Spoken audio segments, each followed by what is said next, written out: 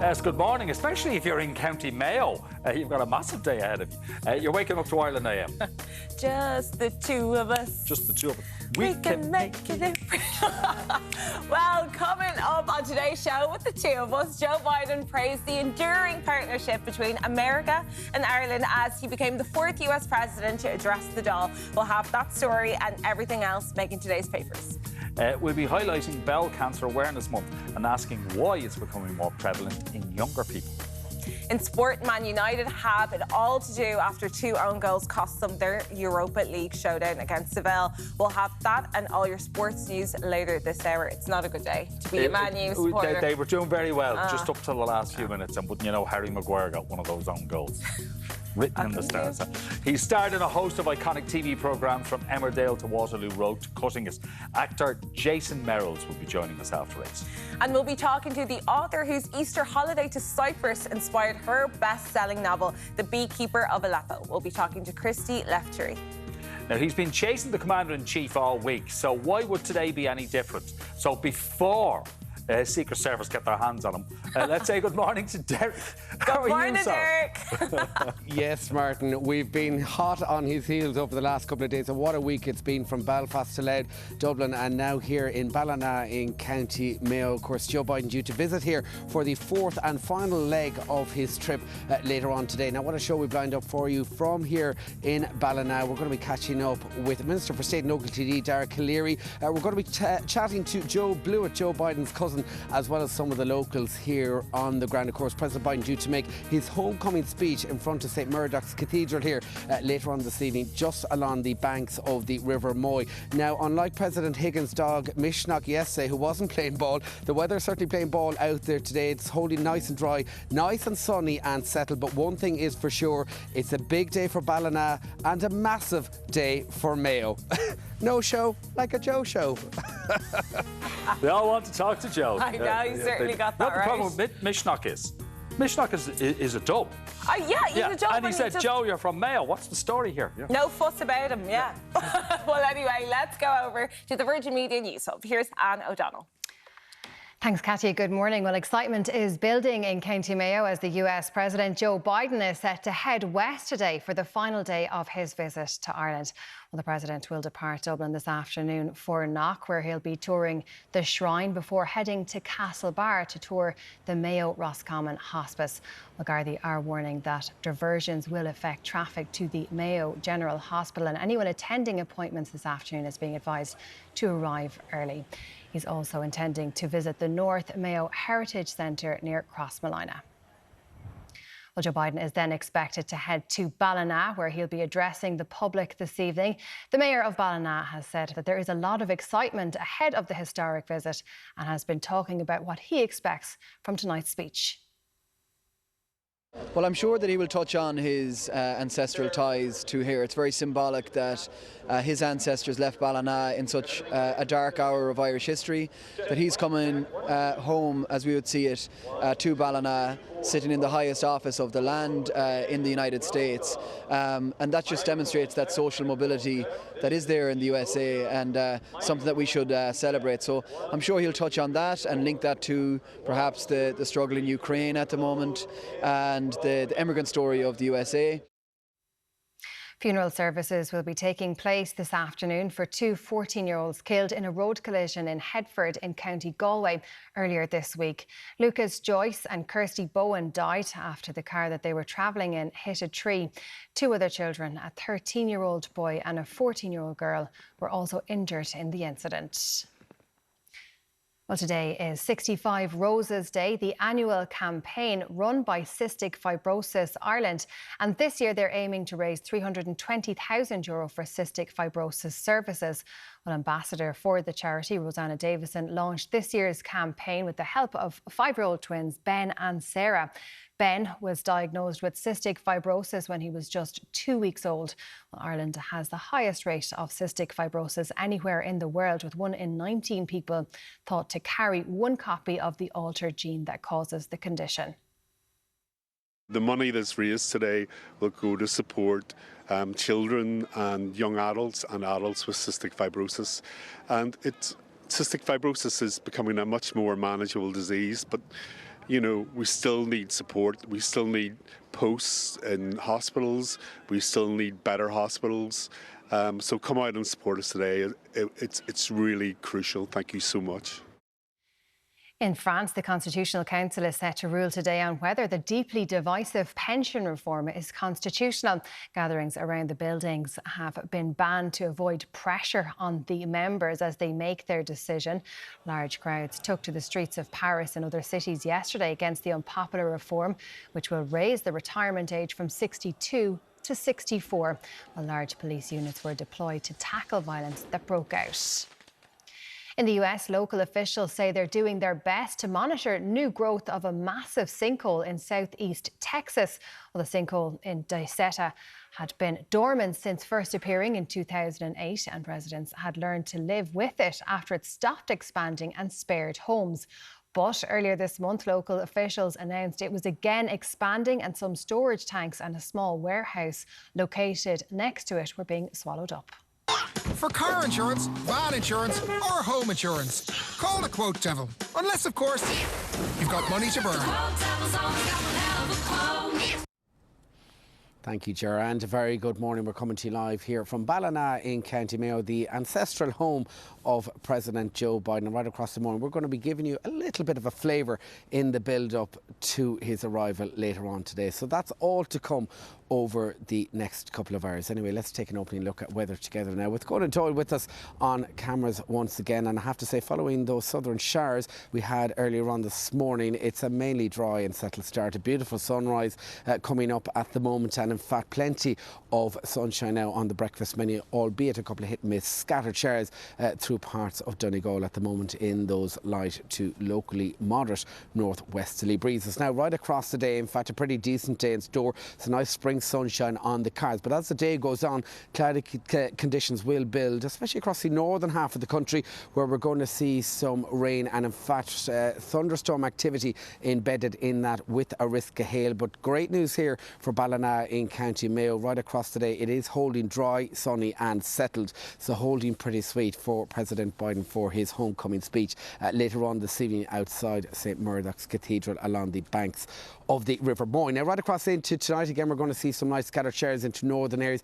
They'll clear out. In behind it, it is an improving night to take us through tonight into tomorrow morning. Mist and fog patches will develop as well, and a pretty cold, a pretty chilly night in store, with sub-zero values falling back to about -1 to +3 degrees. So that's how it's shaping up here in a sunny and settled Ballina in County Mayo. We'll be back again live at 7:35.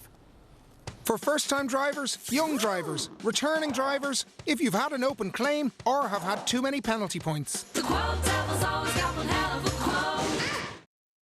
Let's check in your morning paper, starting with the Irish Times. They lead with a very Irish welcome for President Biden. The paper reports on President Joe Biden's address to the joint houses of the Oireachtas yesterday, which they describe as a heartwarming homecoming. The Irish Examiner also leads with the Biden story, going with the headline, "Well, Mom, you said it would happen." The paper writes that US President highlighted a future of possibilities between Ireland and the US during the Dáil address, which he described as one of the greatest honours of his life. Over to the Irish Independent, where the front page reads, Kerry babies, dead man now at the centre of probe. It states the dead man linked to the couple arrested on suspicion of the murder of baby John and Kerry may prove crucial to determining which action is taken over the killing. On to the tabloids now, and the Herald leads with rally star dies in crash horror. The paper writes that tributes have been paid to rally driver Craig Breen, who was killed yesterday at an event in Croatia. The Irish Daily Mail discusses President Biden's call for action to restore Stormont, going with the headline, Britain can do more for peace. It states that Biden has urged the need for Britain to work more with Ireland to restore power sharing in the north and secure investment from US companies. On to the Irish Mirror, which goes with the headline, Holy Puck, Joe. The paper writes that President Biden dodged being hit on the head with a slitter as he watched a camogie game with Taoiseach Leo Varadkar yesterday. And finally, the Irish Daily Star also reports on the Schlitter situation, opening with Joe's home common. The paper reports that Biden was watching a girls' camogie game featuring players from local Dublin clubs when he nearly got hit on the head with a Schlitter yesterday afternoon. Now, up next, it's full of Biden mania as Ballina prepares to welcome Joe home. We'll chat through the top stories making today's paper right after this break.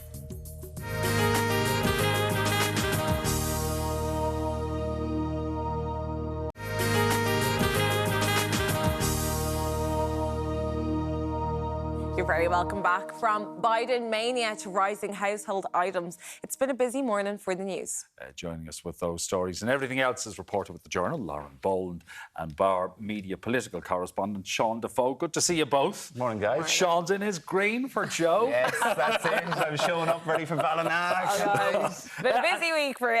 Oh, absolutely. It really has been a busy week, but there was a little bit of showbiz going on. Did you think yesterday when Joe made his speech? It was a bit of grandeur there, wasn't there? I mean, the standing ovation he got when he came in the Dáil is it nearly you're kind of going at the end, guys. You know, you're politicians too. Like, let's with the kind of stars in their eyes. It's a little bit much maybe at times, but he got a great reception in the Dáil. And he made a similar speech then in the evening as well at Dublin Castle at the state dinner, kind of that emphasis around ideas of dignity and preserving peace, kind of in the spirit of him being here for the 25th anniversary of the Good Friday Agreement. And I'm sure he'll be bringing up similar themes now this evening at Ballina, and definitely not missing the opportunity to bring up his Irish ancestry again, which we know he loves to flout. He's very proud of that, isn't he? OK, but he certainly played to the house with the, well, Mom, you know. Oh, the picture that's on all the front of the papers this morning, they're looking up to the sky. And, I knew I'd get here eventually, you know. And it was funny watching the TDs and senators inside the chamber trying to trip over themselves to get a handshake, you know, and like just falling to get the tips of their hands over to him, you know. And even seeing who was there, like he had a big hug for Enda Kenny and a big hug for Jerry Adams afterwards as he was walking up the steps sort of off the camera, you know. It was fascinating. But they're going to put on a big show in Ballina tonight. It's all been leading to Ballina, really, hasn't it? Because like he's super proud of the Bluets, of that part of his family that came from Mayo. There's going to be 20,000 people, I think, registered for the gig tonight. And it is whatever about, you know, it's billed as brief remarks by the president. It's going to be a hoolie. It's going to be a party. They've got the chieftains, they've got the Coronas, they've got a whole lot of gig set up around it. So yeah, big day for Mayo. Oh, absolutely massive day for Mayo, and they're preparing for that already. And we'll be back over to Deric in a little while to talk about that. But he also spoke about Britain's role in Northern Ireland and how a compromise has to be reached so that Stormont can once again play its part. He did, and of course this trip started in Belfast, so he was up there on earlier in the week on his first day of the trip, where he spoke at Ulster University about all of those ideas around preserving the peace of the Good Friday Agreement and also looking to the future of how Stormont can get back up and running. I think he's very conscious not to sort of tread on any toes either at the same time, sort of a consciousness about the limits of maybe, you know, how far he should kind of get involved in, you know, saying things or not saying things about this. And, you know, certainly been a little bit of pushback as well on the British side from some of his comments. We had former GUP leader Arlene Foster coming out earlier this week as well, saying that, she thinks Biden hates the UK. And, you know, his kind of press spokespeople coming back and saying, you know, that was categorically untrue. And this sort of back and forth going on. That's probably kind of a bit of a distraction from the real issues. But that was certainly a big tone at the start of the trip. Yeah, but that was before he'd had stepped up to a microphone to make his speech. So she probably should have waited a little while. Yeah, at least to hear what he said, because I think in fairness, she was talking about older comments. She was talking at the time that he met Enda Kenny when he was vice president and said no one wearing orange is coming into the vice president's residence and things like that. But his actual speech in Belfast in Ulster University was really measured, really balanced, and the only intervention he had at all was saying that, look, I want to see Stormont up and running, but that's for you guys. That's your decision. Went a little bit further in the Dáil yesterday when he said the UK should be doing more to preserve peace on the island, that you can't guarantee the peace is going to be there for all time. But still, you know, it hasn't been the big oar that some people thought he might take to sort of bash the DUP in particular into accepting the Windsor framework. Although, interestingly, the Northern Ireland parties were invited to the Dáil speech yesterday, and the Alliance, the SDLP and Sinn Féin all came, but there was no unionist leader that actually attended. But he did also make reference to the fact that US companies are cautious about investment in Northern Ireland while this is going on. It seemed to be definitely more carrot than stick, saying, look, we really want to invest here. We want companies coming to Northern Ireland, but we need a stable government, guys. You know, we need something here to actually do it. And Joe Kennedy, of course, the special envoy, he's staying up in Northern Ireland for the rest of this week at least to sort of talk to those businesses and say, come on, let's get things going here again. Let's make things prosperous. And said that about Ireland as well. I mean, it's a mad stat that gets thrown around that Ireland is the 9th biggest foreign direct investor into the US. The 9th biggest in the world, a country of 5 million people. That's absolutely crazy when you think about it. And obviously they're the biggest investor into Ireland. So he's like, let's keep that going. And something I picked up in Belfast, there was a little bit of look how far Ireland has come in 25 years. The Republic of Ireland has come in 25 years since Good Friday. Economically, it's totally night and day, albeit going through Celtic Tiger bust and back again. Whereas Northern Ireland hasn't really progressed as much. There's quite a lot of austerity. There's quite a lot of poverty still there, very near to where Joe Biden was visiting. And that now, that should be the next 25 years. Really invest it and build it up. Well, plenty more from Biden later on today. But moving on to inflation, cools down to 7.7%, but I feel like a lot of people are still to feel a bit of relief from everyday expenses. Lauren, talk to us about that. Absolutely. So this story, I mean, I read this first, and there's a line near the start where it talks about inflation's going down, and you think, okay, great, but then you keep reading and you see, well, it's still at 7.7%, and the prices of normal grocery items are still going up despite that. So things like frozen fish up 27%, the price of sugar up 37%, milk 24%, butter 21%. The basics, the basics, things that you're going to be buying on every shop. And I mean, I think we've all seen it when you go into even the shops that are traditionally more budget-friendly shops. You're looking at your basket, your trolley, and you're feeling, gosh, I have way less in here, and it's costing me way more than it did a year ago. And we're paying more for energy, we're paying more interest rates, and we've been warned there may be another hike, despite being told that inflation is coming down. 63% year on electricity, 84% on gas. Like, it is huge. And I know I got a panic when the last gas bill came in. I thought, or last electricity bill rather, I was like, okay, that's not too bad, forgetting the €200 was still there as a credit. That's the last €200 credit that we're all getting. So you're kind of thinking, God, what's it going to be like the next bill that lands for a lot of people, you know? But yeah, look, like, there's more to come, certainly, on interest rates. Looks like the ECB is going to go 0.25%, which is a little bit less of a hike. It's been 0.50% that they've been hiking it up to now, but it's still going to make things more expensive, going to make mortgage rates, lending rates more expensive as they try to cool inflation. Because, like you're saying, Lauren, 7.7%, who's getting a pay rise of 7.7% this year to meet that cost? You know, very, very few people. Yeah, very, very few people. Another startling thing that we came across in today's papers is that 1 in 10 people can't get access to a GP.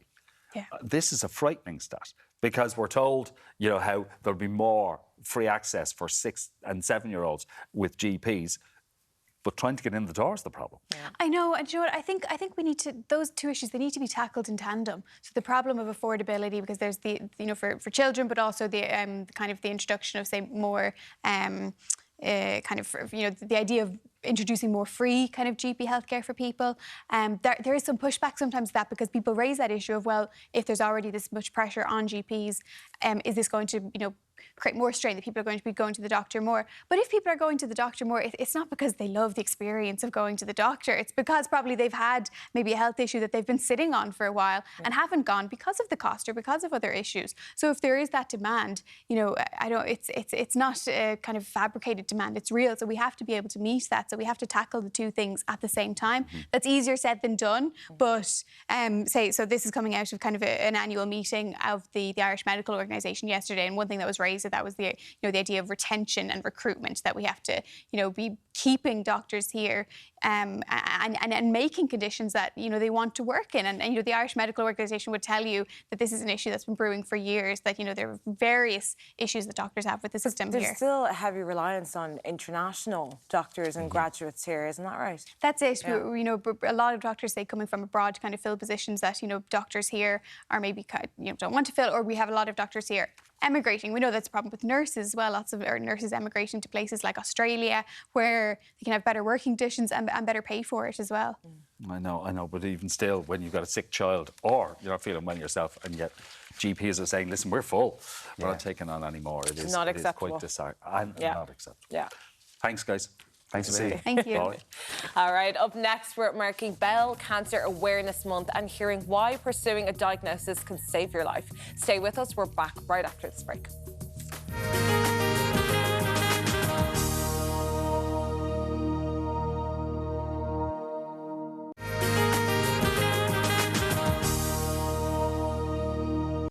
Let's welcome back. Now, April marks Bowel Cancer Awareness Month, a cancer that is now the second highest for men and the third highest for women in Ireland. But why don't we talk about it?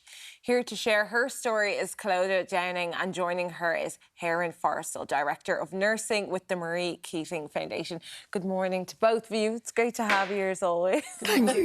Good to have you here. We need to explain before we begin, like there's a reason why your voice sounds a little bit croaky. Yeah, so I lost 23% of my body weight at the start of my treatment. And had a knock-on effect of acute dysphonia, compounded by atrophy of the larynx and a glottal gap. Yeah. So I'm in speech and language, so apologies to everyone here, but this is how I'm going to sound. Okay. Well, we do have to mention as well before starting that she just told us she's Elaine, Miss Elaine Curley's cousin. She's gone out on her holidays. I'm not saying she did it deliberately because she heard you were coming out. It's just bad timing. but you've got all the stories, so she's going to hang on for the morning. Stick around. Oh yeah, Elaine. Yeah, she's spilling the tea. Right, so we're highlighting hashtag No Regrets campaign, which is raising awareness around bowel cancer, especially because, you know, a lot of people under the screening age are affected, which was Clodagh's case. So before we get into your story, what exactly is bowel cancer? So bowel cancer is like for Bowel Cancer Awareness Week, bowel cancer, but it's also known as colorectal cancer. So the colon is the large intestine part of the bowel, and the rectum is the end part of the bowel. So there are two different types of cancer within the bowel itself. So colorectal, it's often known as. It is increasing, unfortunately, and as you said, there, you know, there 1 in 10 people in Ireland are diagnosed outside of the bowel screening age, which is 60 to 69. So Clodagh is under, 50 now, but under 50 when diagnosed. And I suppose during COVID, we met a number of women and men under the age of 50. Clodagh is testament to that, who needed support because there was nowhere to go. And we run a positive living group in the Marie Keating Foundation. So that's where we met Clodagh and her colleagues. It's the third, like Martin, you said, it's the second most common cancer in men and the third most common cancer in women. And there's about almost 2,800 people diagnosed with bowel cancer in Ireland every year. So it is increasing. Yeah. And that for us is, I suppose, a story that we want to tell here today. We want to talk about poo. We don't talk about it enough. I feel like there's a stigma around it. No one likes to talk about it. Is that cancer?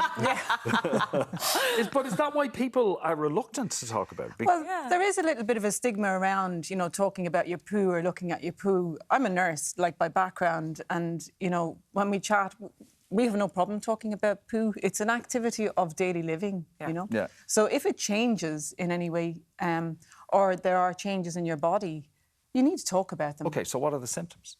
So one of them would be blood on the poo or in the poo. Would this be on a regular basis or sporadic? No, it could be. It's for some people, and it's one of the signs and symptoms. It could be for inflammatory disease as well, but it's one of I always say red is danger, blood is danger. Mm-hmm. So but it means you need to look at your poo, doesn't it? Yeah. Yeah. And that's what we're trying to get across here. Other signs would be unexplained weight loss, a change in bowel habit, even like diarrhoea, loose stool, constipation that isn't going away. So it might be there for 2 weeks, but if you notice something going on for more than 2 weeks and up to 6 weeks, you've got to go and talk to your GP about that. And other things like having gone to the toilet but still feeling that strain or that feeling of not emptying your bowel properly, another sign. And then, of course, there are other conditions like irritable bowel syndrome, diverticular disease, so any inflammatory processes can cause a lot of these symptoms as well. So these symptoms, I suppose, are not necessarily bowel cancer, but what we're saying is if you notice those kind of signs and symptoms and they're happening in your body, you know your body better than anybody else. Absolutely. So you know when you need to seek medical attention. Yeah. So the hashtag is no regrets. Absolutely, yeah. And Clodagh, yourself, you mentioned at the beginning that you did lose a huge percentage of your body weight, and was that before, one of the symptoms before, or was that just during your treatment of bowel cancer? Well, that was because maybe if I start at the beginning and then tie in. Tell us how it happened. For years, I was very fatigued and, I couldn't fight infections and I really felt like there's something wrong here. So I did beat a path to my GP going, there's something wrong. I got my bloods tested. And in February of the year I was diagnosed, things changed. I had IBS all my life, but this was much worse. And my stools, they didn't go black, but it was think of 90% dark chocolate. Mm-hmm. Okay. And I said it to my GP and she said, you're too young to have anything sinister. And the weight lifted off my shoulders. I was like, brilliant. So I went on acidophilus and all these things, but I developed allergies and all these weird things happened.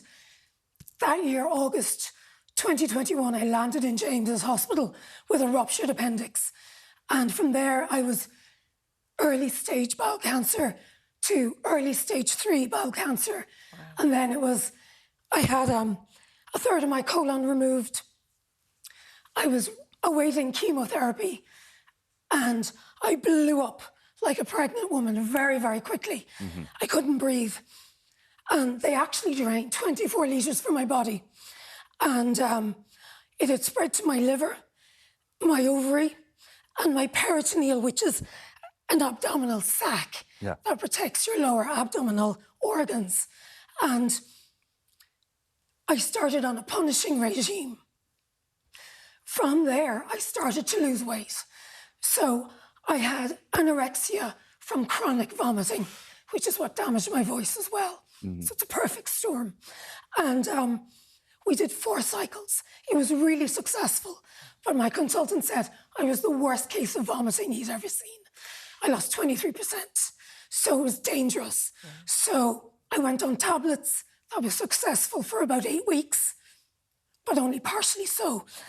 The ovary grew to 29 centimetres. So it was this big. This is a tumour on your ovary? A cyst, yeah. A cyst on your ovary. And it was affecting your esophagus, right? The pressure of the whole lot. And again, I blew up. So we scheduled surgery for about 5 days. And I could feel it growing. And when I got to surgery, it was 29 centimetres. It was, in fact, the equivalent of a newborn baby in size and weight. Wow. They said when they took it out, everything, all my stats, came back to normal. Oh. And I woke up like a new woman. So don't be afraid of surgery, anybody. Go for it if it's an option. Yeah. You know, I'm here today, I'm strong. At the very beginning, when I started chemotherapy, I couldn't sit up without help. I couldn't get dressed without help. And, you know, thanks to exercise as well. Exercise is really important if you've got cancer. Yeah. Not only does it help with the side effects of chemo, but it also now is proven to suppress tumour growth. So that's really important. Yeah. So go make an appointment with your physiotherapist and start a plan for exercise. Absolutely. Okay. Well, I'm happy to hear that you are coping and your health has gotten to a much better place. We could talk about this for so much longer, but I definitely get people to check out the hashtag No Regrets campaign. For more information on that, you can visit mariekeating.ie/no regrets. And if you have any concerns about your health, always seek advice from a medical professional and visit your GP. Yeah, good to see you both. Thank you. Thank you. Thank you very much. Up next, can the Irish team get up and running in the Women's Six Nations? We'll be chatting sport after this break.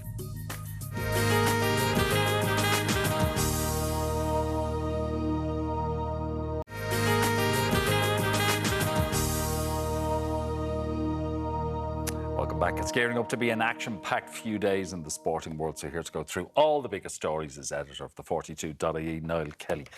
Niall, we start with some sad news after the sad passing of Craig Breen yesterday. Yeah, a real shock. I think the Irish motorsport community, Irish sport in general, is in mourning. Craig was a name, even for those who maybe aren't familiar with the world of rally driving. Like, you know, Craig was a name who had established himself as a household name. Like, he was in the tribute. You only need to listen to the tribute yesterday to hear how highly he was regarded, what a super talent he was within Irish sport. Like, he was described yesterday as a world-class driver and a world-class person, which I think is a lovely tribute to his memory. And such a tragedy. The news started to emerge from Croatia early yesterday, just after lunchtime, that he was testing there ahead of Rally Croatia later on this month.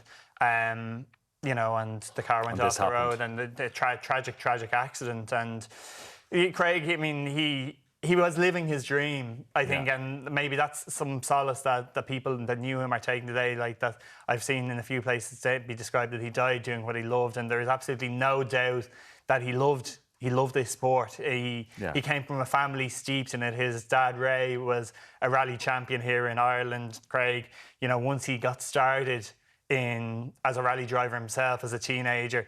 You know, he immediately started to make huge strides within the sport.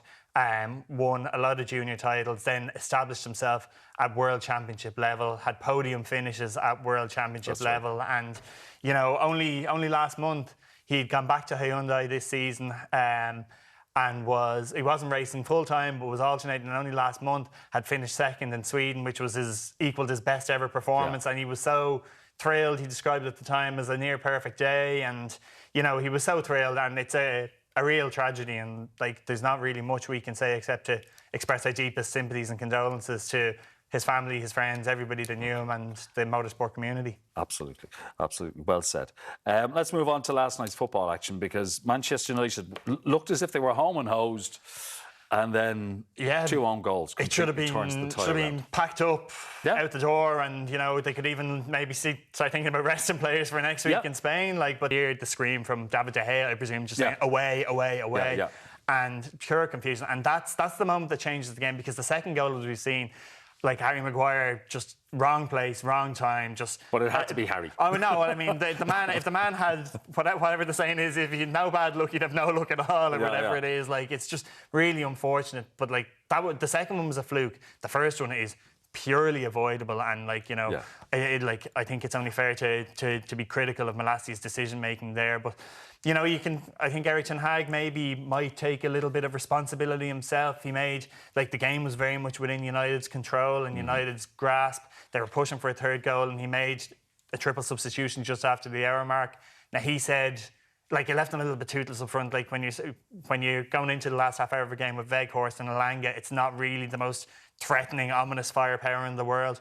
But he said, you know, he was worried that, you know, Bruno was going to be sent off. He was worried that Anthony was going to be sent off. Like, you know, so that was why Sancho was going to be sent off. Like, you know, that was why he made those changes. But look, you know, the moral of the story is this could have been another great step forward, building off the back of Barcelona, building off the back of Real Betis. Like, this could have been another huge step forward for United in the competition. And now it's really in the balance and up for grabs going to Spain next week. Sevilla aren't in great form. Like, they're going through managers like there's nobody's business. They're in a relegation. Worse than Chelsea. They're in a relegation battle, but. You know, that's a real test now for Manchester United. Okay, just very quickly, it's going to be some game next week, which you'll be able to see here on Virgin Media. The gambling short ban? Yeah, I mean... In 3 years' time, it's going to kick in. In 3 years' time, like, you know, there's a huge amount of money at stake here for the clubs. I think it's estimated about 60 million pounds sterling. It's not coming in immediately. I think the most important thing to stress on this is it'll only affect the front of shirt sponsorship. They'll still be able to advertise on shirt sleeves. They'll still be able to advertise LEDs around the ground and all that. A step in the right direction, but probably more work to do in this area. OK. Let's move on to the rugby, because Ireland in desperate need of a win against Italy in the Women's Six Nations. And three changes made for this weekend. Yeah, I think, look, you know, they've had a little bit of chance to regroup off the back. The opening 2 weeks against Wales and France, like, you know, have not been what anybody would have hoped for. I think, but nothing was expected against France. But we were hoping for something against Wales. Yeah, I think it probably showed. Like, this is a really young group of players, not a huge amount of experience in the squad. I think it's shown. Like the value or the amount of road that they have to travel as a group. And this is a chance for them to maybe show improvement. I'm not sure. I think they need to show a good amount of improvement to get a result in Parma this week. It's a game that Ireland have typically won, but it kind of feels like Italy are maybe just a step ahead. This current Italian squad are maybe a step ahead in their progression than this current Ireland squad are. Like, they gave France a pretty decent game. They've been beaten by France and England already, but gave France a much sterner test maybe than Ireland did. In the opening rounds of the championship.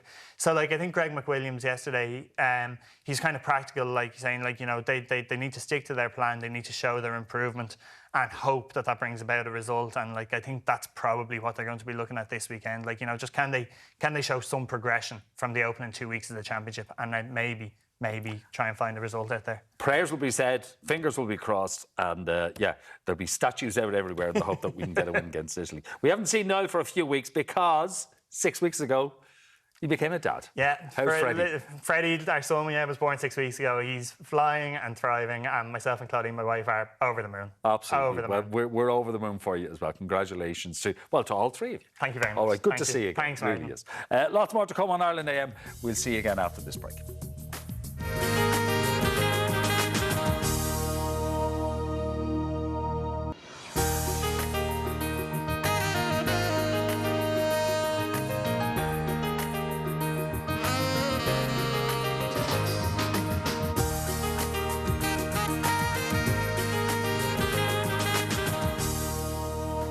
Okay, let's get another check on your morning paper, starting with the Irish Times. They lead with a very Irish welcome for President Biden. The paper reports on President Joe Biden's address to the joint houses of the Oireachtas yesterday, which they describe as a heartwarming homecoming.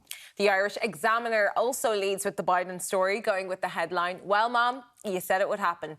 The paper writes that US President highlighted a future of possibilities between Ireland and the US during the Dáil address, which he described as one of the greatest honours of his life.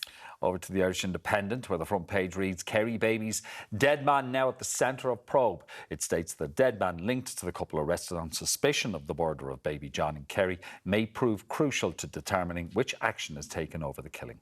On to the tabloids now, and the Herald leads with rally star dies in crash horror. The paper writes that tributes have been paid to rally driver Craig Breen, who was killed yesterday at an event in Croatia.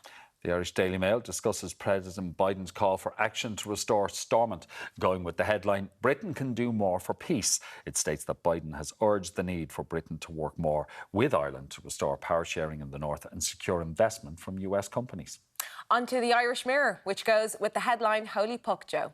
The paper writes that President Biden dodged being hit on the head with a schlitter as he watched the camogie game with Taoiseach Leo Varadkar yesterday. And finally, the Irish Daily Mail, Daily Star, also reports on the schlitter situation, opening with Joe's home common. The paper reports that Biden was watching a girls' camogie game featuring players from local Dublin clubs when he nearly got hit on the head with the schlitter yesterday afternoon. Secret Service were on that ball like a light. You wouldn't want to be hit on the head with a schlitter, can you imagine? No. I remember playing hockey once, getting hit with the ball on the ankle. Oh my God, straight away to the ground. Yeah, it's a heavy ball always. Yeah, so that. A world rowing record attempt will be attempted Saturday and Sunday, and it's a fundraiser for the Gavin Glynn Foundation. Now, I wasn't familiar with the Gavin Glynn Foundation, but this certainly got my interest. It came from somebody that I know who had to travel to Paris back in 2019 because they were told their child with cancer needed special treatment, and this treatment was only available in France. So they had to go. But they were also told, listen, we've given your details to the Gavin Glynn Foundation. They're going to look after things from here. And they did. They took care of flights, accommodation, living expenses, because their mission is that when something like this happens and you've got to leave Ireland and go somewhere else for treatment with your child, that the family needs to be a unit. Absolutely. And that your focus needs to be on the care for your child and other siblings that might be there. You can't be stressed about the other things, the costs, everything like that. Exactly. And it is a fantastic foundation set up in memory of a 4-year-old boy called Gavin Glynn, who had to travel to all kinds of places for treatment. He was diagnosed when he was 1 and had to travel to all kinds of places at massive expense to receive treatment.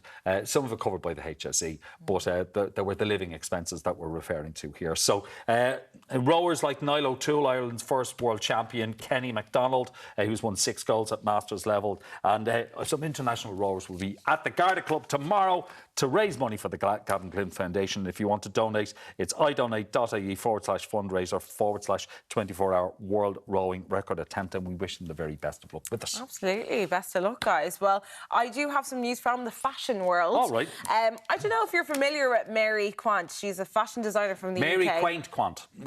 She's a quaint woman. Was a quaint woman. But unfortunately, she did pass away recently at the age of 93. But I have to say, she has been very influential during her career because she popularised the miniskirt. No, she didn't invent it, but she popularised it. And this was a time in the 60s where fashion was going through a really innovative stage. You see a lot of like the hot pants, the coloured tights with the mini skirts. Now they weren't going legs out. They had the hot pink tights. So it was still a bit of a skirt. It wasn't the belt that we see so often. Exactly. And she actually took inspo from school uniforms and everything like that. So from a lot of youth. And I think that's why she was probably one of the most influential designers in the 20th century. So, yeah. There you go. But do you know what? I never got to wear a mini skirt. And I'm sure a lot of girls can say that. You're going to have to be very small. Anyway, text us 0896 111 111. Were mini skirts your thing, or what is a fashion trend that you would like to see come back? OK. Up next, from Emmerdale to Happy Valley and beyond, actor Jason Merrells joins us. Don't go anywhere.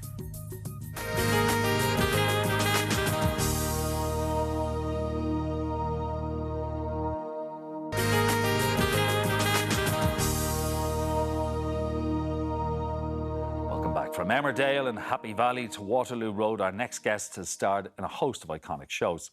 And now he's starring in the stage adaptation of one of the most iconic courtroom dramas of the 80s, The Verdict. So it's, of course, the brilliant Jason Merrells. Good morning. Good morning. How are you? Now, we were already getting into all the nitty-gritties, and we're like, no, we have to wait until the actual interview here. but do tell us, like, you are bringing one of the most iconic dramas to the Gaiety Theatre pretty soon. Tell us all about it. How did you get into it? How did you get involved? And how is the experience right now?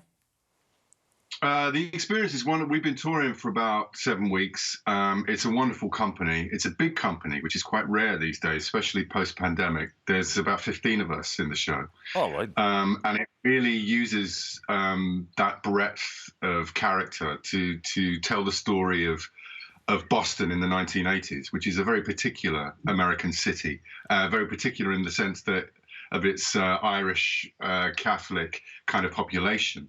It's a wonderful story. The second half is more or less a complete courtroom drama, and the first half deals with how we get to that point. It tells the story of a lawyer called Frank Galvin, who's middle-aged, my age, washed up, bit of an alcoholic, bit of a philanderer. He's separated from his wife and kids.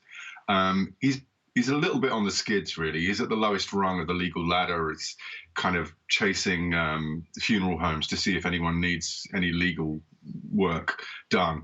So it's kind of the bottom rung of the ladder. And this case comes across his desk, and something happens to him where he feels that he can do something, and he decides to do what he thinks is the right thing, and decides to fight this case against all the odds. So it's a bit of a David and Goliath story. It's a story of his personal redemption, and it's a story about a guy that is flawed but maybe does the right thing.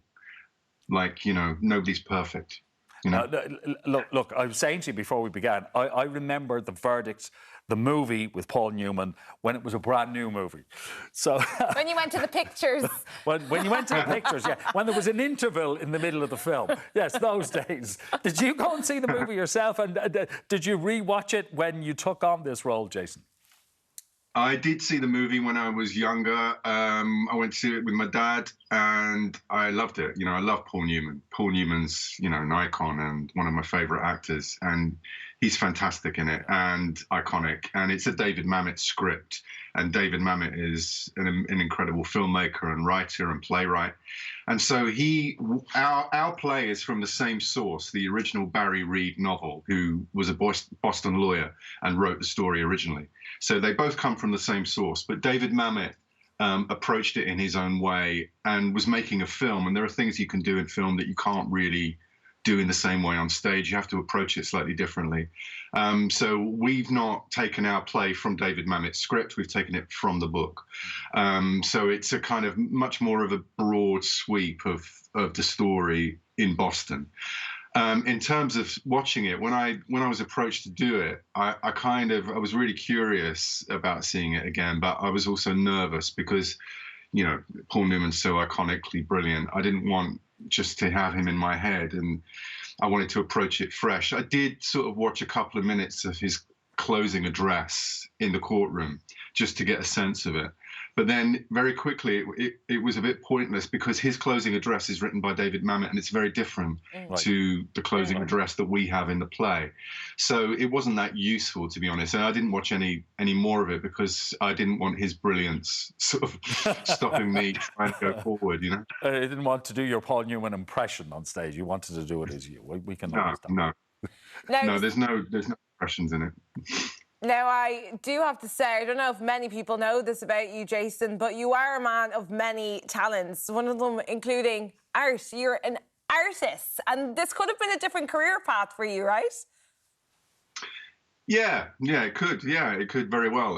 I went to art school, and I came out of art school and I was doing lots of fringe theatre, lots of sort of pub theatre, devised theatre, and I was living in Brighton. I was just about to sign my name to a kind of enterprise allowance scheme to have my own studio kind of workshop on the seafront and sell my art. And then I suddenly got, through various lucky breaks, so I suddenly got a job on Casualty, which at the time was huge. I mean, it's still pretty big. Huge. But at the time, it was the show on Saturday night, 14 million viewers, I think, at its peak. So it was incredibly big break for me, and that kind of changed the path I went down. And from there, I became an actor, you know, sort of primarily. But I always kept painting. I've always had a kind of studio or a room where I work wherever I've lived. So, you know, it's something I do, and I'm kind of selling more now and having a website and putting stuff out. I have a few commissions under my belt now. So it's something that I'm exploring more now as I've got a bit older, longer in the tooth. Yeah. Well, like I said, I am of a certain vintage, so I made reference to The Verdict. I also know who Slade are and who Noddy Holder is. We're reminded of who he is every Christmas. You're doing yourself a disservice. You won Portrait Artist of the Year at Christmas time and moved Noddy Holder to tears with your portrait of him. Oh, well, you liked it, I think. I can't. Yeah, I hope you liked it. But yeah, no, it was a great buzz. It was a great thing to do. I really enjoyed the day. Yeah, he was lovely to paint with his colourful clothes. That weren't the easiest thing in the world to render in 4 hours, but it was great. Yeah, I loved it. Yeah, he's a lovely guy. Yeah. Now, just touching back on The Verdict quickly, because you did say you had to approach this role differently. How did you go about getting into the role of a lawyer? Like, is it different to acting? Because you did say in their profession they do have to give a closing statement. They have to really convince the jurors. So did you find any similarities in that? Yeah, I mean, I think the thing about the court and speaking to barristers as I have done and lawyers, the thing about the courtroom is it's theatre anyway. Yeah. It's adversarial, you know, it's provocative, it's argumentative. You have to put a case. The whole of our justice system in the West really is based on one argument against another, and so you have to convince, and you have to almost put people under a spell at some point, you know, which is kind of what you hope to do as an actor. You kind of want to put people under a spell in the theatre so that they come with you into this story and believe where they are. And I think a courtroom is similar to that. So when you put a courtroom on stage, it kind of doubles that kind of dramatic effect. So it's always a wonderful thing to do. And it's always, you know, a very effective piece of theatre. In terms of me kind of training for it, I mean, I think the thing about Frank is that as well as being an alcoholic and a bit of a washed up lawyer, he was also one of the best lawyers of his generation. He was second in the year at his legal college, even though he was from the wrong side of the tracks, had just come off the boat from the Second World War, was given an opportunity to be an apprentice at a legal firm by his mentor. And, you know, he went through law school and came out near the top, which is no mean feat when you're against all the Ivy League schools that feed into that. So he's brilliant. It's just that he's let himself go and he's lost his mojo, you know what I mean? So this case kind of reinvigorates him, but it reinvigorates the skill that he's always had. So in a sense, I was playing someone that is flawed but brilliant and fast thinking and very good at what he does. And the thing that I really had in mind when I was trying to play him was you know, I really wanted to tell the story of an alcoholic, because, you know, that's no bed of roses, and that's nothing that should be glamorized as being just cool. It's not. It's deeply damaging to both the people that are suffering from it and the people around them. So I wanted to tell the story of an alcoholic that was functioning, but functioning less well than he thinks he is. Do you know what I mean? Yeah. So that's the way I approached it, really, as someone that's brilliant. And also the other thing that we really wanted to tell the story of is Boston, which is such a particular city in America. And, you know, I worked really hard on the Boston accent and where he came from in Boston and what his background and childhood was. So it was things like that I really kind of worked hard on to get right. And the rest of the company, who are wonderful. There's such a wonderful company of actors to work with. So it's been a joy, really. OK, well, we get to see it for ourselves and judge it all when you arrive into town. And I know the Irish will love the Boston accent as well. So, yeah, we're very excited to see that. Always great talking. To catch Jason in the verdict at the Gaiety, tickets are available on Ticketmaster now.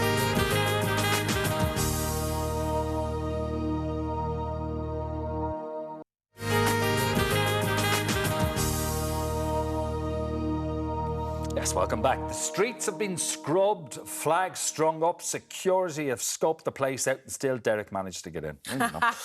Anyway, the locals in Ballina are counting down to Joe Biden's visit later today. And Deric is there to capture the buzz in town. Over to you, Deric.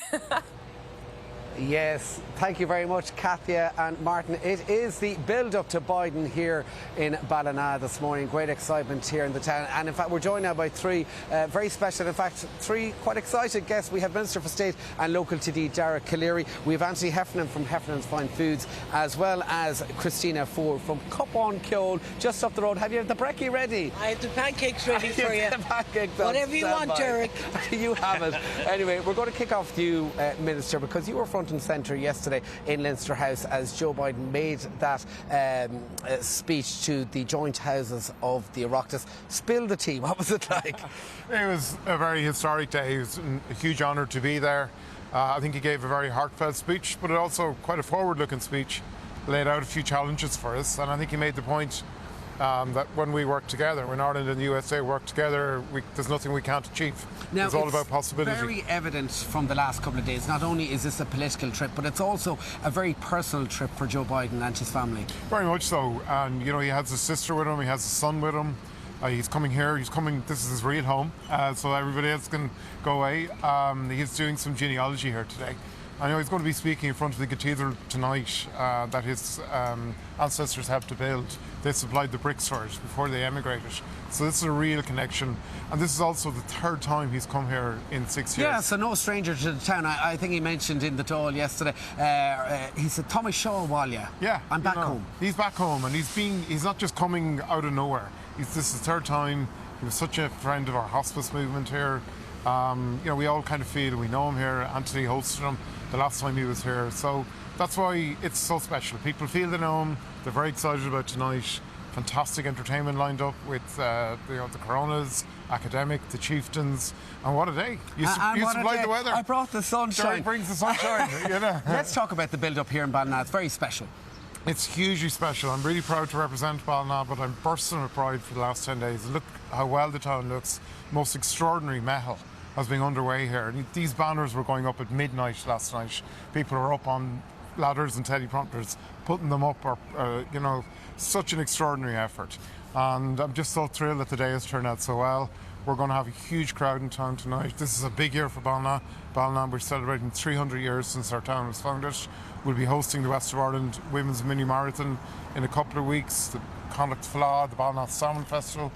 It's a big year. It's all happening here. But you're going to be meeting the President later on this morning, in fact, aren't you? Yeah, I'm looking forward to be able to welcome him along with my colleague Minister Eamon Ryan, the chairperson of Mayo County Council, Seamus Ware.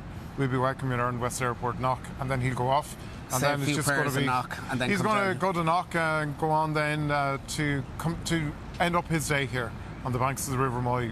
Fantastic. All right, we're going to come back to you in a few moments' time. We're going to go to you, Christina, Cup on Kyoll. You're very excited, aren't you, Christina? Oh, I'm excited, and I'm excited meeting you as well. Yeah.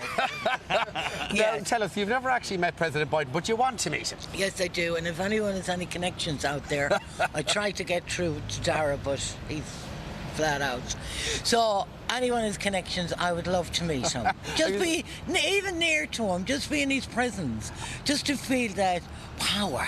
I feel the and energy that love from him. and the energy. He loves Ballina, doesn't he? I'm sure we love him. Yeah, you love him. We love him. It's and fabulous. there's great support here in the town. There's a great buzz. There's a great energy. Oh my God! It's like I said it's like being in Spain today. Because the weather is lovely. I wouldn't go that far. Well, no, won't push it. I know I have to be coat on me, but it feels like you're on a holiday and something exciting is happening. You feel like you're on your holidays. Anthony, he paid a visit to you back in 2016. Yeah, we were lucky to have him in 2016. Himself and his family came and we fed them upstairs. They came to meet his cousins from Ireland, and it was a great occasion. It was unreal with the special. And that was another very special occasion for him. It's a family occasion because he brought all his daughters with him, his grandkids. Yeah, and they're all lovely people, and just sat down, sitting around having a meal. It was unreal how natural they were. It was a great occasion for us. Anything special on the menu today? Yes, we're going to go with his Caesar salad again. Hopefully he'll pop in for a quick cup of tea. It'd be lovely to see him again. He is a very natural person. We had a great time. And what did he have last time? Chicken Caesar salad. Okay. No dressing, I'm told. No, he likes keep things simple, very natural, even goes to trouble of paying for things himself. Okay, Biden's baguette, I can see it now. Yeah, very natural. He's very... But you're looking forward to the build-up? We'd love to have him back again. Yeah, it's been fantastic for Ballina. It's non-stop talking about the town for the number of people we've been in interviewing us, talking about it, and it's all been very positive, very fantastic. Absolutely very positive. The build-up kicks off here 5:30 this evening, Minister. Yeah, absolutely. I mean, the build-up's here. Even last night, there was such a buzz around. Christina was right. It's kind of a Mediterranean vibe, but absolutely fantastic. Everybody is welcome. Just register to make sure that we have room for you. And the town is looking forward to a big party, and we're going to give the President a big fáilte bháile. A big fáilte. Well, before we let you go, can he break the curse? What? Another Ballina man will do that. That's Kevin McStay's job. So we'd have two Ballina men, Joe Biden and Kevin McStay, a big year. All right, well, thank you so much for joining us here this morning, guys. There you have it. Mayo for Sam, but really, Joe for Mayo. Back to you in studio. Thank you very much. Thanks, Deric. Stuff. Always good to see the excitement. Well, up next, it's all about Maxi. We're talking fashion right after this quick break.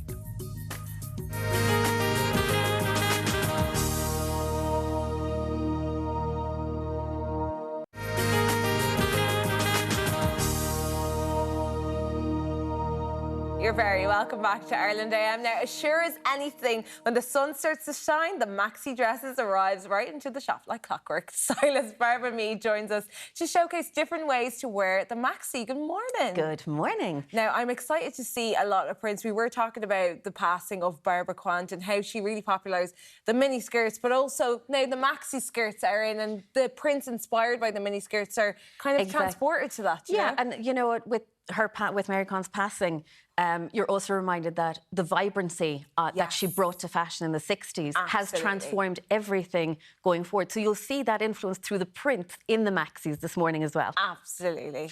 So our first look is Natalia, and she's wearing a look from stylingwithanne.ie, which is a small independent Irish onliner. And we'll start there. This is the Maxi look for your summer barbecues. So if you want to wear a stylish but comfortable look, this is for you. Yeah. This bomber is absolutely fabulous. Again, very on trend. It's that utility bomber style that we're seeing a lot on the runways. And then underneath that is your Maxi. So this Maxi will take you from barbecue to beach. Absolutely, and even with the bomber jacket, I was going to say, usually people would pair with denim jacket, but it's cool to see that now. It is, and as well, just keeping the colour tone nice and bright and fresh and giving an alternative. This again here is from stylingwithanne.ie. This is also a great dress if you're going to be pregnant during the summer. Yes. Because it is a fitted top on that with a neckline, but it then gives you a bit of room. Exactly. And then we're looking to finish off your look completely. So you can't go anywhere without your summer straw hat. No. This one here is from Demoda Shoes and Tomb or demodashoes.ie. And then keeping it simple with the earring, but still dressing you up. These here are from lauraandcoaccessories.com. Again, another small Irish onliner. And finishing the look there with your very Louis Vuitton inspired crossbody bag. And this also has that gorgeous tortoise shell-esque handle. Makes it look expensive. Very expensive, but it's not. And again, from Demoda Shoes in Tuam, this is something you'll have in your wardrobe and wear again and again and again, summer after summer. And then finishing it off, if you want to wear a little bit of a heel, but you want the structure and security of a shoe, this is an absolute must-have for your summer. And again, comfortable. They are very comfortable. You can stand all day at your barbecue in them, happy out. And again, from Demoda Shoes in Tuam or demodashoes.ie. So this is your barbecue maxi look.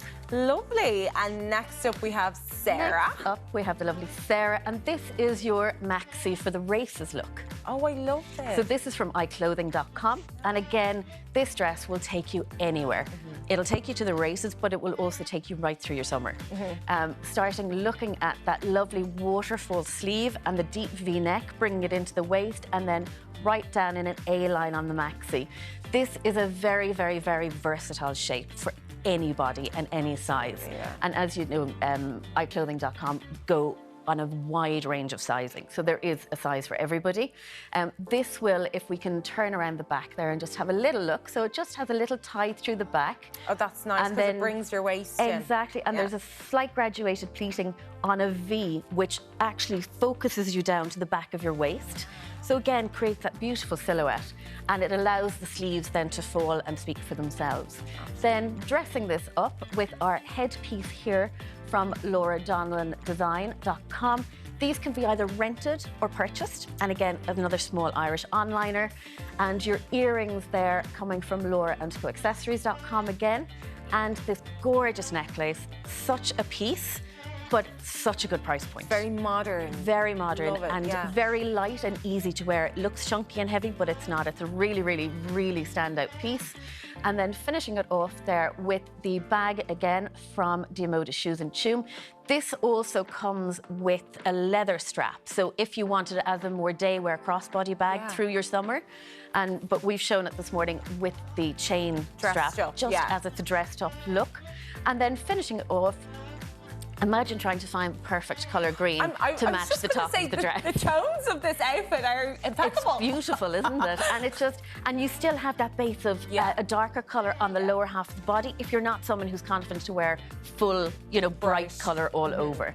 And so that is your To the Races maxi. Absolutely love that. And next, you can't do a maxi morning without a wedding maxi. So this is again from iClothing.com. This is a take you through all year piece, from the colourway through to the fact that it has a sleeve. So a lot of Irish women, as we, you know, get a little bit older, not that I'm saying Sarah's older, do like to have our arms covered. And this again, with the shape, so the slim arm, it's got the deep V, but again, not too deep that it's, you know, going to show too much. And the ruching in at the centre there is really bringing you in, and you can see right through the back there as well. Lovely detail. Lovely detail, and a great price point for an occasion piece. And then bringing it down has that lovely slit, but as you can see on the slit, it does have the underskirt.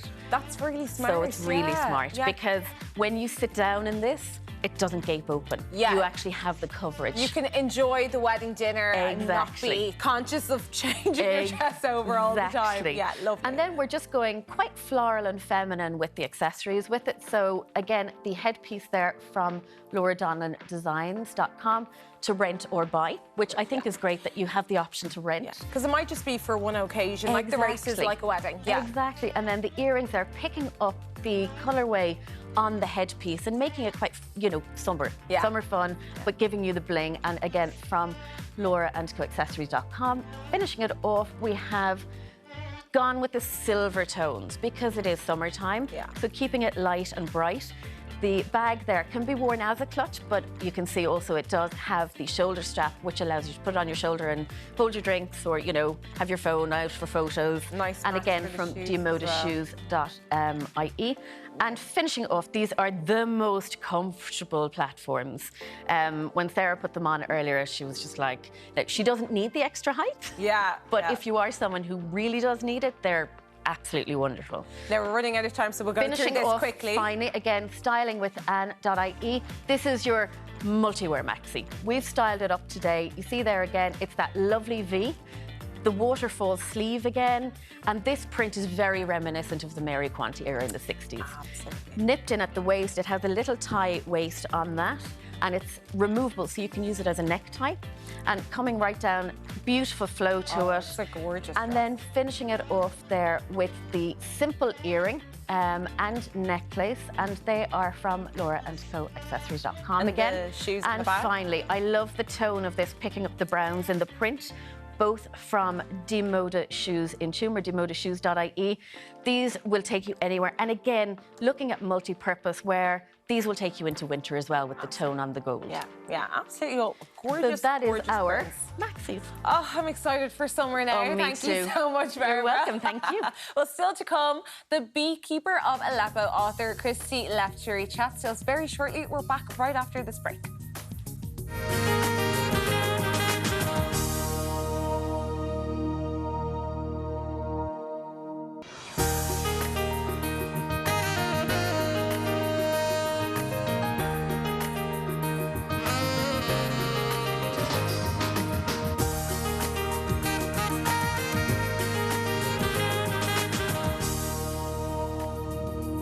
Deric was doing a little bit of rap there. Oh, yeah, it We'll was be back really... live at 9:35. It was really on the beat as well, wasn't it? Anna was on the beat. Anna was on the beat. It was on the beat. Anyway, while Deric is discussing his new album, let's check on your morning paper, starting with the Irish Times. They lead with a very Irish welcome for President Biden. The paper reports on President Joe Biden's address to the joint houses of the Oireachtas yesterday, which they describe as a heartwarming homecoming. The Irish Examiner also leads with the Biden story, going with the headline, "Well, Mom, you said it would happen." The paper writes that US President highlighted a future of possibilities between Ireland and the US during the Dáil address, which he described as one of the greatest honours of his life. Over to the Irish Independent, where the front page reads, Kerry babies, dead man now at the centre of probe. It states that a dead man linked to the couple arrested on suspicion of the murder of baby John and Kerry may prove crucial to determining which action is taken over the killing. Onto the tabloids now, and the Herald leads with rally star dies in crash horror. The paper writes that tributes have been paid to rally driver Craig Breen, who was killed yesterday at an event in Croatia. The Irish Daily Mail discusses President Biden's call for action to restore Stormont, going with the headline, Britain can do more for peace. It states that Biden has urged the need for Britain to work more with Ireland to restore power sharing in the north and secure investment from US companies. Onto the Irish Mirror, which goes with the line, Holy Puck, Joe. The paper writes that President Biden dodged being hit on the head with a sliotar as he watched the Camogie game with Taoiseach Leo Varadkar yesterday. And finally, the Irish Daily Star also reports on the sliotar situation, opening with Joe's homecoming. The paper reports that Biden was watching a girls' camogie game featuring players from local Dublin clubs when he nearly got hit on the head with a sliotar yesterday afternoon. Yeah. Speaking of sports, whether you're a basketball fan or not a basketball fan, I think you're going to find this next clip very funny.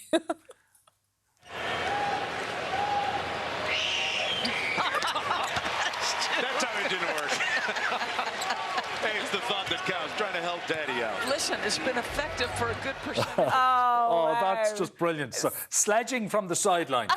Absolutely. Well, that was DeMar DeRozan, which is DeMar DeRozan's little girl. He plays for the Chicago Bulls, and that is what she did on Wednesday's play-in clash between Chicago Bulls and the Toronto Raptors. Now, if you don't speak NBA, I don't speak NBA, so I had to look this up. But the play-in is your last chance to make the playoffs. So it was a big, big game, and she played her part. She definitely played her part because they were playing in Scotiabank, so on the Raptors' ground. So it is always harder, you know. Yeah, extra pressure. Extra pressure. And she started all of the screaming and screeching in the first half, but then it got more intense by the third quarter when the Bulls were down 19 points. So she really picked it up. And it worked because the Raptors, it appeared that the Raptors team shot 50% from the free throw line during the game. So I was watching YouTube comments, and a lot of Bulls fans are so happy with this little girl. Okay, so she is the MVP for this game. She's an MVP. Everyone's saying she deserves a check for the work that she has put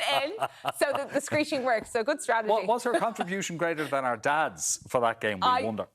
We will wait and see. Where's the contract? Yeah. Where's her check? If it works, do it. All right, let's head to the break. And after this, there'll be a bit of a buzz as we talk to the best-selling author behind The Beekeeper of Aleppo, Christy Lefteri. See you in a few minutes.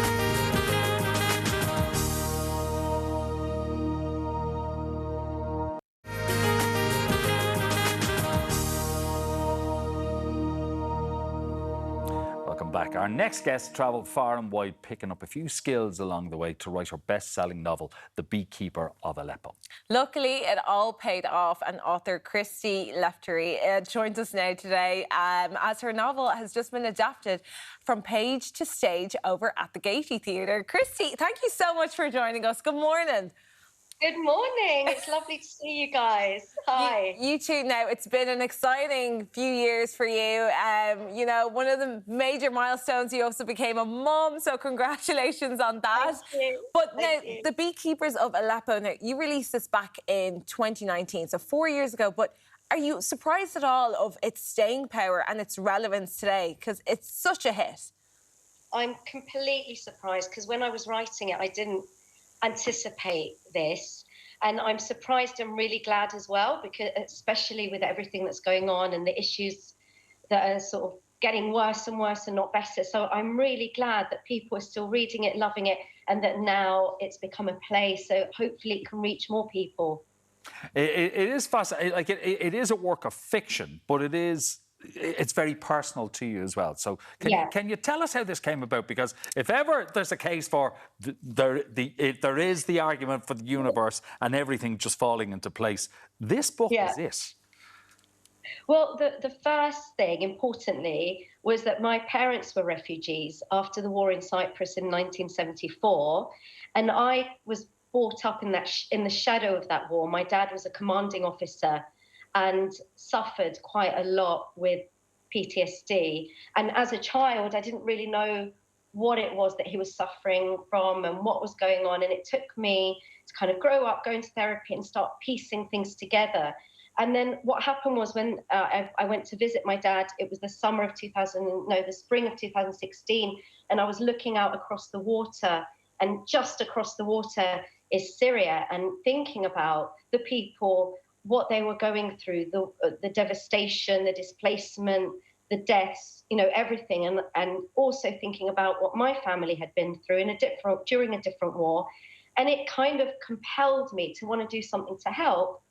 And I couldn't go to Syria. It was too dangerous. So I ended up going to work in a refugee centre. It was actually a centre for women and children in Athens. And it was that experience of working in the centre, hearing so many stories about what people had gone through, seeing children come into the centre and watching them recover. Well, I say recover, but watching them sort of slowly learn to play again and to observe people building friendships and to hear their stories. It was all of those things that kind of overwhelmed me with emotion. And when I went back to the UK, I just sort of started writing and it all poured out. Mm-hmm. Yeah. I can only imagine from your own experience with your parents, you know, the immediate compassion and empathy you must have felt working in Athens at the time. Were there any stories that, you know, inspired your writing in the book or found their way into the book at all? So many, absolutely so many. Like, first of all, in between the two, because I went back 2 years in a row to work at the centre, and in between that I was learning Arabic just because I knew that I wanted to go back and I wanted to feel closer to people. And my Arabic tutor, he was a translator for boys who were trying to claim asylum in the UK, and he put me in contact with boys there in the UK as well, and I heard loads of their stories and their grueling journeys to get to the UK. When I was in Athens, I met loads of people who just suffered so much. So I'll just give you one example. The character in my novel, Angeliki, is a woman who she says her child has been stolen, and she's sort of endlessly grieving for this child, and you don't know what's happened to the child. And this was very closely linked to a story. Well, it's a lady that I met at the centre, and she told me that somebody had taken her baby, and it was just something that I just couldn't forget. It was always going through my mind. So that you can see how that appeared in the story. It inspired the character of Angeliki. The beekeeper, I met Rial Dalsus, who was a beekeeper in in Aleppo, and he made it to the UK, and I met him, I met the bees, I heard his story, and he was a huge influence. Absolutely amazing man. Look him up, Dr. Riald Al-Sous. There were so many, I mean, I wouldn't know where to start and end. So many people that I met that touched my heart and opened my eyes. It really is an absolutely fascinating story. And I'm thinking of that person telling you that my baby was taken on me. How do you function? Oh, how do you live from day to day when that has happened to you? I know. It's so hard, and of course you now as a mum, you've got a greater connection to that feeling. You mentioned learning Arabic because it was the person who was teaching you Arabic. Were they from Syria as well, and they put you in touch with the beekeeper? Yeah, no. So yeah, Ibrahim was from Syria, and what I used to do is learn Arabic for 45 minutes a week, and then for 45 minutes we'd sort of sit and go through my manuscript, because I wanted to read it to him and he wanted to hear it, and I wanted to know if what I was writing felt authentic for him. And also I wanted to speak to him about, you know, things. I couldn't go to Syria, so I wanted to speak to him about, I don't know, the flowers, the trees, the smells, you know, any tiny little thing that could kind of help me more to bring the place to life. And he didn't put me in touch with the beekeeper. What happened was one morning I woke up and I'd already created the character of Nuri, and I said, and I couldn't think what was his job, you know, what was his background. And I woke up and thought, gosh, he has to be a beekeeper. It just fit, it just made sense. Yeah. And so I started researching beekeeping in Syria, and then I came across an article about this man, Dr. Riald Al-Sous, and I'd already created the character of Mustafa, and I quickly just contacted him. I found him on Facebook and sent him a Facebook Messenger message. Yeah. And I just sat there with my fingers crossed, hoping he'd reply. And he replied the following day and said, "Dearest Christy," which is why Mustafa says in the novel, "Dearest Nuri." Oh. It was such a warm message. "Dearest Christy," because I explained what I was doing. And he said, "It's wonderful what you're doing. How about we chat on the phone?" We spoke the next day, and he invited me to go up, and I met his family, I met his wife, I met the bees, I experienced, you know, that scene where Rory's standing there like this. He told me so much. He taught me so much. It was extraordinary. Christy, speaking of the characters, we'll touch on the Gaiety because, you know, you did say you get to live with characters when you read the novel, and it is different to watching a play or watching a film. So is it safe to say this adaptation on the stage is going to be a new experience for people? Yeah, I mean, when I went to see it, even though I'm the one that wrote it, I was sort of on the edge of my seat going, oh my God, what's going to happen next? Even though I knew what's going to happen next. Just because the way that they brought it together with the set design, the scenery, the director, what she brought to it, Matthew's and Nesrin's script, the structure of it, it was just, it really did blow my mind. I kind of felt like I'd stepped into my own dream. Wow. With other people's influence. It was a very surreal experience. Yeah. And it really did blow me away.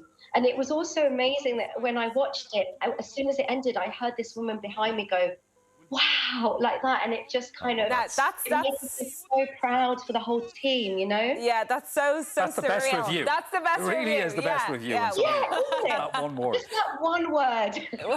Well, Christy, it's been an absolute pleasure speaking to you, and I'm sure everyone is so excited to watch this. And you can catch The Beekeeper of Aleppo at the Gaiety Theatre tonight and tomorrow, with tickets still available at ticketmaster.ie. Up next, we'll be crossing back to Deric and Ballina as he continues his Biden search. Stay with us.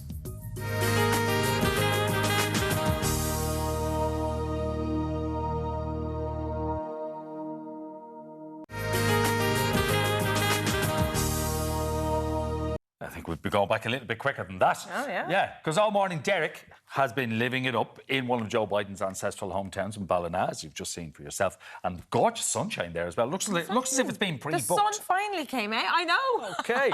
Anyway, Deric is there with the rest of the locals to give Joe a warm welcome. How are you getting on, Deric?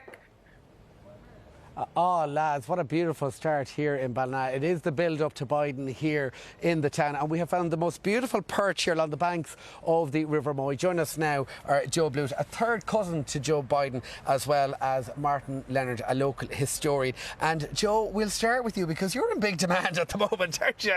Yeah, it's a bit crazy at the moment. The last week it's just gone crazy altogether. I didn't get a tap of work done. I'm a plumber by trade, and geez, between phone calls now and no leaks fixed. No leaks fixed. Nothing done this week. No, but it's great. It is great. Now tell us about your family relationship to Joe Biden. So I'm third cousin to Joe Biden. We've met him now a good few times. Really nice fella. You know, as I've said before, it's not about him. It's about you. He's interested in the kids and stuff and the family, and you know. That's the sort of fella he is, down to earth. And he seems very relaxed, especially on this trip, Joe, doesn't he? Oh, he is, yeah. He just seems very happy, doesn't he? You know, he's done a lovely speech. He's done great speeches since he came home. Yeah, he's back on Irish soil. And he's great crack too, like. And he's good fun. He seems it. His sister Val is with him this time, as well as his son Hunter. You've met his sister Val? Yes, we've met Val. Yeah. So I'll be meeting Hunter today for the first time. They seem very happy. They're all, you know, it's a family thing. He's a big family man, so he is. I don't think his wife could make the trip. She's away or something. So, yeah, just look at we're so excited and I'm so proud. Absolutely.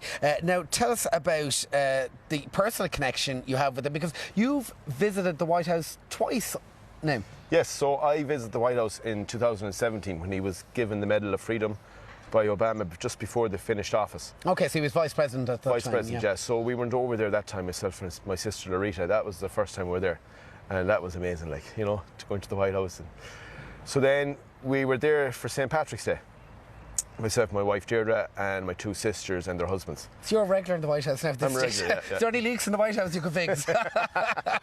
No, they wanted to give me a key to it, but I said, no, we'll hold off. No, we'll hold off for now. Yeah. Great. And tell us about what does it mean, that Biden-Ballina connection then?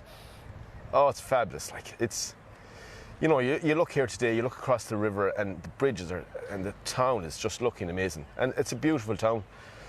You know, it's going global today, so the sun is shining. As we said, the fish are hopping. The fish are hopping, and there's a great buzz around the place, isn't there? The fish have the best seat in the house today.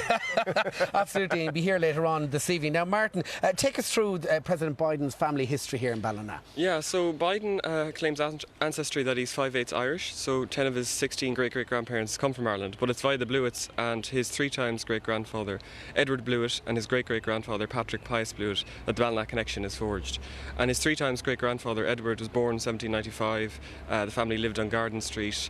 He was a brickmaker, and he was also an overseer in the workhouse during the worst years of the Great Famine. And during the Ordnance Survey, he was also a surveyor, so he would have surveyed this district. Bricklayer. They supplied bricks. That beautiful cathedral, St. Murdoch's, just over your shoulder there. That's where they made their money. That's right. So Edward Blewett was a brickmaker by trade, and he supplied 27,000 bricks, which were used in the construction of the pillars within the nave of the cathedral, for which he received £21, 12 shillings in payment. £21. And from there, I suppose, with the 21 quid, they got themselves over to the States. They did, yeah. Biden's great-great-grandfather, or Edward's son, Patrick Pius Blewett, had already been extensively travelled as a cabin boy, and he lived in Chile. And he came back at the age of 18 and convinced the family to emigrate. And so they all left on the SS Excelsior, and they went to America in search of their new life.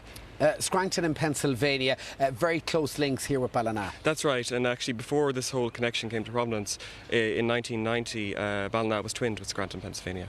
Okay, and of course Joe Biden is from there, and he speaks very highly of that close link between the two towns. That's right, yeah. There's a lot of Irish from this area. I suppose there was a lot of poverty and destitution in the 19th century, and a lot of people emigrated, and a lot of people from this area settled in Scranton, Pennsylvania, and there's that kind of strong bond, not only with Biden's links, but with kind of wider And Martin, diaspora. I suppose going back in time then, when Biden's relatives would have left the area, what was Ballina like back in the day? What was it like here? It was kind of I suppose it was a juxtaposition between, there was a lot of development and prosperity in the lead up before the Great Famine, so with the building of the cathedral, the bridges, the rise of the merchant class. But then kind of on the other side you had a lot of poverty, and there was a lot of laneways that were full of slums, and the kind of the poorest lived in them. And the workhouse in the town, which was built in 1842, it was designed to accommodate for 1,200 people, but to give an idea of the kind of destitution at the height of the Great Famine. There was over 3,000 people crammed within its walls. OK, that historical connection then, I suppose, are the people of Ballina, they're really proud of that link then with Biden and with Pennsylvania and Scranton? Oh, absolutely, absolutely. For a small town in the west of Ireland to be able to claim that one of their sons went on to become the President of the United States of America, it's incredible. And I suppose looking back over the presidents of America, he really is the closest, he really has the closest Irish connection. Yeah, he's very proud of his Irish ancestry and the fact that he's been back numerous times, and he shows a real kind of genuine love and passion for the country. Are you going to be here tonight? Oh, absolutely. You are going to be here tonight. Joe, I suppose you've got, you'll be front and centre as well, won't you? I'll be right up there, won't I? You're going to meet him later on tonight as well? Yes, yeah, we are. So really looking forward to that. Yeah, so we'll just have a little chat, a bit of ice cream maybe. He loves the ice cream. He loves the ice cream, yeah. We had shamrock ice cream in the White House for St. Patrick's Day. Yeah. So we'll have something nice today. And will you go for lunch with him later on when he arrives? So? Yeah, hopefully we'll be doing something. OK, we can't give it away, but you gave away enough here this morning, so there we have it. You told me earlier on, Joe Biden for the White House, Joe Blewett for your house, a plumber by trade. Thank you so much for joining us here this morning. But for now, back to you guys in studio. Beautiful. That's a good one. Never miss an opportunity to plug the business. Actually, you know what? I think there is a resemblance with Joe Blewett and Joe Biden. I can see it. Anyway, it's going to be someday in Ballina, no doubt about it. After the break, we've got some smoking thighs joining us in the kitchen. We're cooking chicken in just a minute. Stay with us.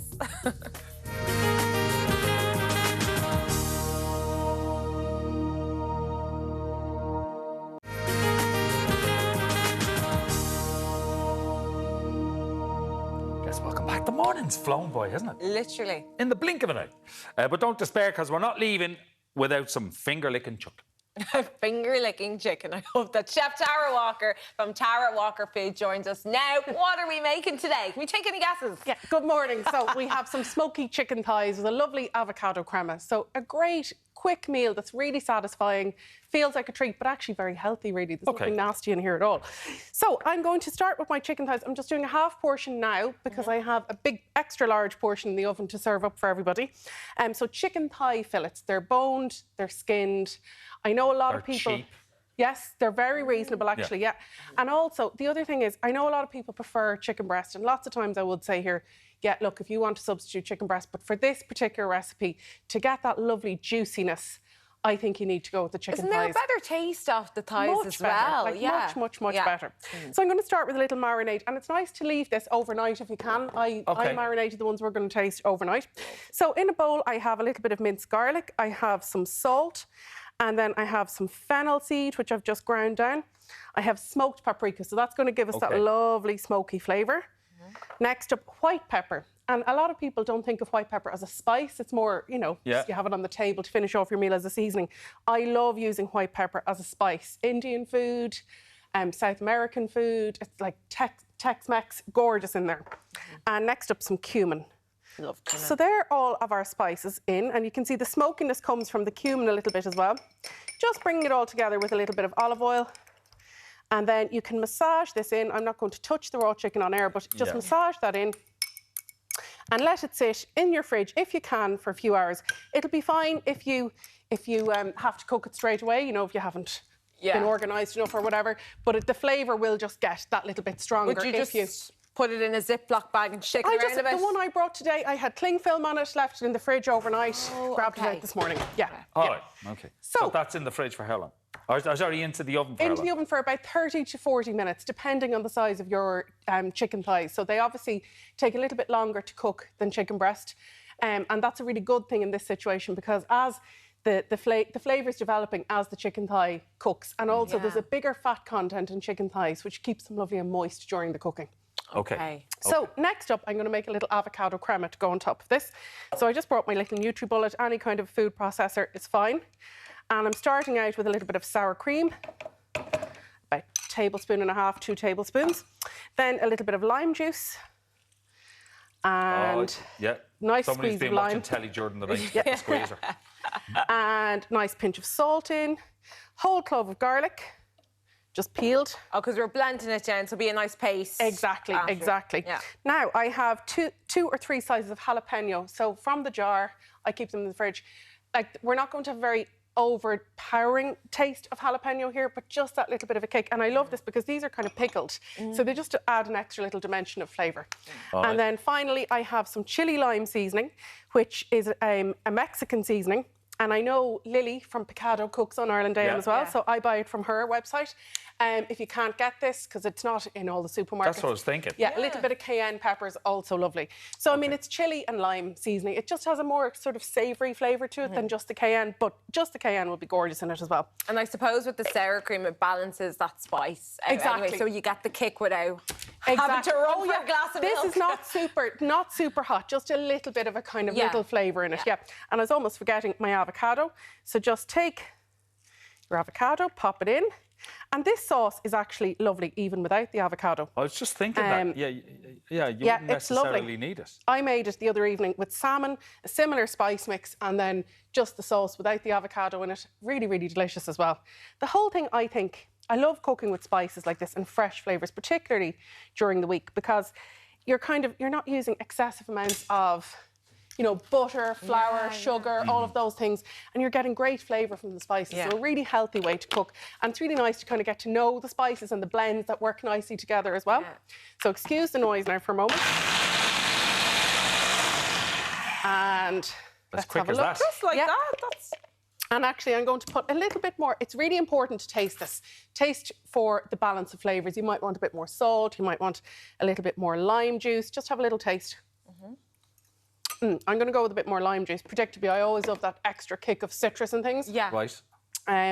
Like in my kitchen, when I'm doing cookery class, I always have a big pot of teaspoons to taste everything. It's so important. Yeah. There's nothing worse than doing all this shopping and everything and then getting to the table and it's bland, you know? I know, So you coriander? wouldn't put the coriander in... Initially. You can throw it all in together. I just got distracted by my avocado. Throw it all in together. No, not everybody's a lover of coriander, so is there an alternative? Parsley. Parsley is lovely in there. Some fresh flat leaf parsley, gorgeous as well. Yeah. Are you a lover of coriander? Sorry.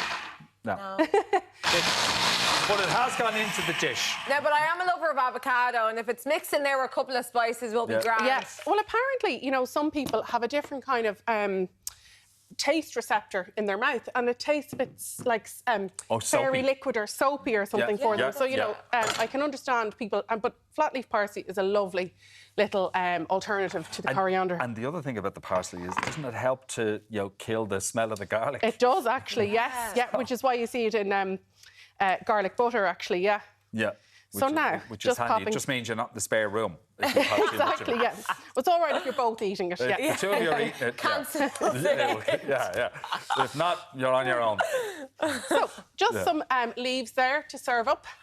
And I don't think you need a fancy salad with this. A plain enough salad, because the sauce has a lot of flavour, and the chicken thighs. Look at the chicken thighs. Wow, sizzling. So these are lovely. You can smell the smokiness in the air as well. And you have a nice bit of juice as well. Exactly. And what I did actually during the cooking time was I tilted my my dish and I kind of basted it a couple of times as well, just to keep them nice and juicy. Oh, great. So now, are we going to have a little taste, guys? Sure. We will indeed. You'd have to just to be sociable, wouldn't you? Absolutely. So to finish off, we're just going to pop that avocado crema.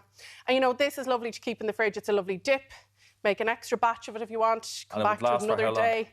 Oh, it'll last 3 days easily if it's well covered in the fridge. A nice dip if you had like tortilla crisps or something like that. Absolutely delicious for that. Yeah. I mean, if you think about it, it's guacamole with a couple of little bits added and a bit of sour cream added, kind of similar flavour profile.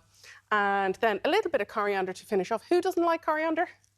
No, you're okay. My wife doesn't like coriander at all. My mother's the same. She said it's got that soapy thing. We'll have a quick taste of that before. We're gonna have a quick taste. Okay. Could this be served with rice? Yes, it's lovely with rice, and I also love it with some potato wedges, just very, very simple potato wedges. There you are, Mark. And let's have a taste now. And I mean, you're on air and you're in a lovely shirt, but it's a nice one to pick up with the fingers. Finger-licking chicken. Give us a knife and fork so that we can save the got my nail in the dip, so... Okay. This for you, Cathy, as well. Absolutely amazing. Absolutely and there's no bones. No, it's been deboned. Amazing. Yeah. And no skin either. Okay. Now, that's straight from the oven. Very hot. Remember what happened last week? All right.